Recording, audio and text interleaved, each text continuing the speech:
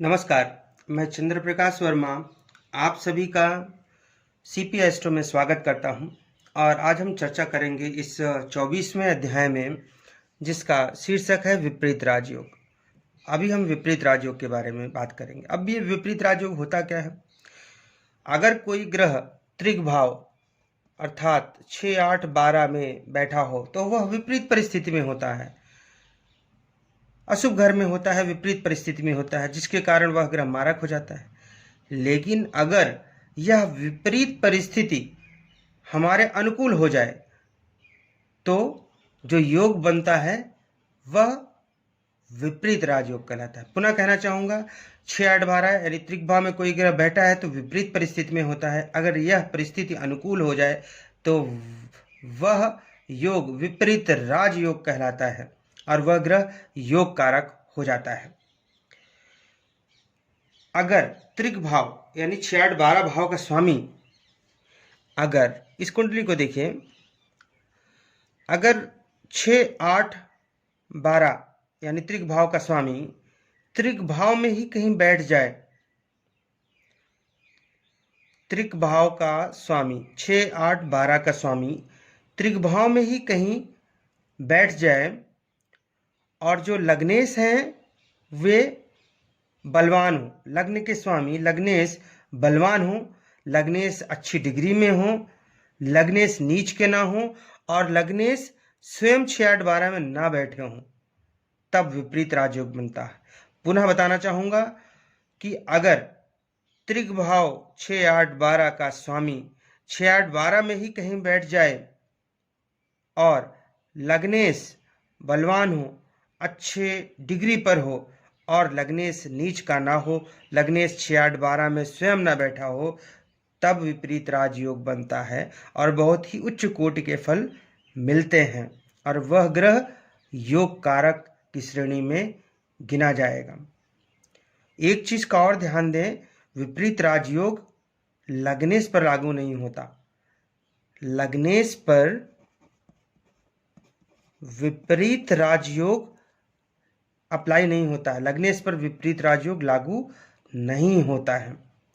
अब इस कुंडली को देखिए, यह उदाहरण कुंडली है। राशि के हिसाब से शुक्र देव की स्थिति देखते हैं।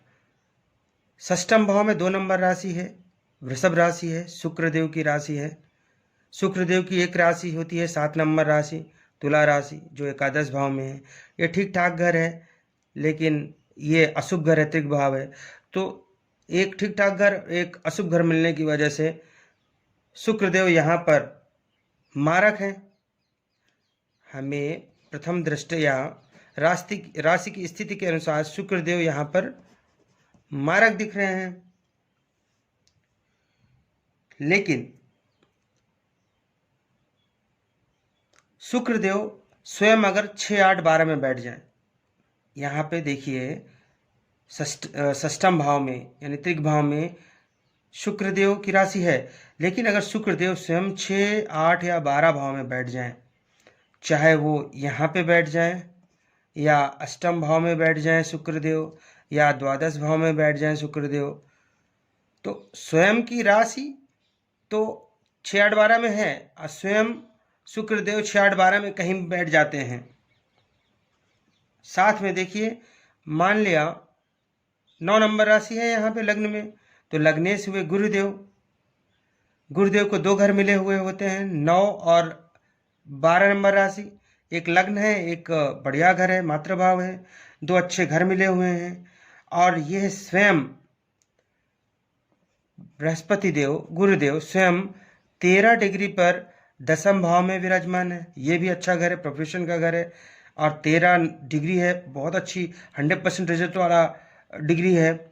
तो लग्नेश सदैव शुभ होते हैं। लग्नेश शुभ होकर 2 अच्छे घर मिलते हुए 10म भाव में 13 डिग्री पर बलवान होकर बैठे हुए हैं, नीच के भी नहीं है, क्योंकि गुरुदेव 10 नंबर राशि में नीच के होते हैं, ये तो 6 नंबर राशि में बैठे हैं। तो गुरुदेव हर तरह से अच्छे हैं, यहाँ पर लग्नेश अच्छा है, लग्नेश बलवान है, लग्नेश बलवान है। और शुक्रदेव की एक राशि षष्ठम भाव में, त्रिक भाव में भले ही है, लेकिन शुक्रदेव स्वयं 6, 8, 12 में से किसी भी एक घर में बैठे हुए हैं, लग्नेश भी बलवान है, तो विपरीत राजयोग की सभी शर्तें पूरी हो रही हैं। इस प्रकार शुक्रदेव विपरीत राजयोग बना रहे हैं। यहाँ पर शुक्रदेव विपरीत राजयोग बना रहे हैं और इस तरह से शुक्रदेव मारक नहीं रहेंगे। शुक्रदेव अब योग कारक होकर बहुत ही उत्तम फल देंगे। पुनः यहाँ पे देखिए, राशि के हिसाब से शुक्रदेव मारक दिख रहे हैं, क्योंकि एक इनको बहुत ही खराब अशुभ घर मिला हुआ है षष्ठम भाव में और एक ठीक ठाक घर मिला हुआ है, मारक दिख रहे हैं। माना कि वे त्रिक भाव में ही बैठे हैं, चाहे यहाँ पे बैठ जाएं, यहाँ पे, या फिर द्वादश भाव में बैठ जाएं, गलत घर में बैठे हैं। शुक्रदेव की वृषभ राशि षष्ठम भाव में है। ओके, स्वयं शुक्रदेव 6, 8, 12 में बैठ गए हैं, अभी मैंने बताया। लग्नेश बृहस्पति देव कर्म भाव में 13 अंश पर बलवान होकर बैठे हैं और लग्नेश नीच के भी नहीं हैं, क्योंकि गुरुदेव 10 नंबर राशि में नीच के होते हैं, ये तो 6 नंबर राशि में बैठे हैं। लग्नेश 6, 8, 12 में भी नहीं बैठे हैं, ये अच्छी बात है। तो हर तरह से लग्नेश शुभ हैं, बलवान हैं। और शुक्रदेव 6, 8, 12 में इनकी राशि होते हुए ये खुद भी 6, 8, 12 में कहीं भी विराजमान है। तो इस प्रकार शुक्रदेव विपरीत राजयोग बना रहे हैं और अब वे योग कारक हो गए। आशा करता हूं कि आपको यह समझ में आया होगा कि विपरीत राजयोग कैसे बनता है। मैंने एक चीज और बताई, लग्नेश पर विपरीत राजयोग लागू नहीं होता। लग्नेश, एक उदाहरण के तौर पर देख लीजिए, मान लिया यहाँ पर 10 नंबर राशि है, यहाँ पर 10 नंबर राशि है, यहाँ पर 11 नंबर राशि है, तो आप देख सकते हैं कि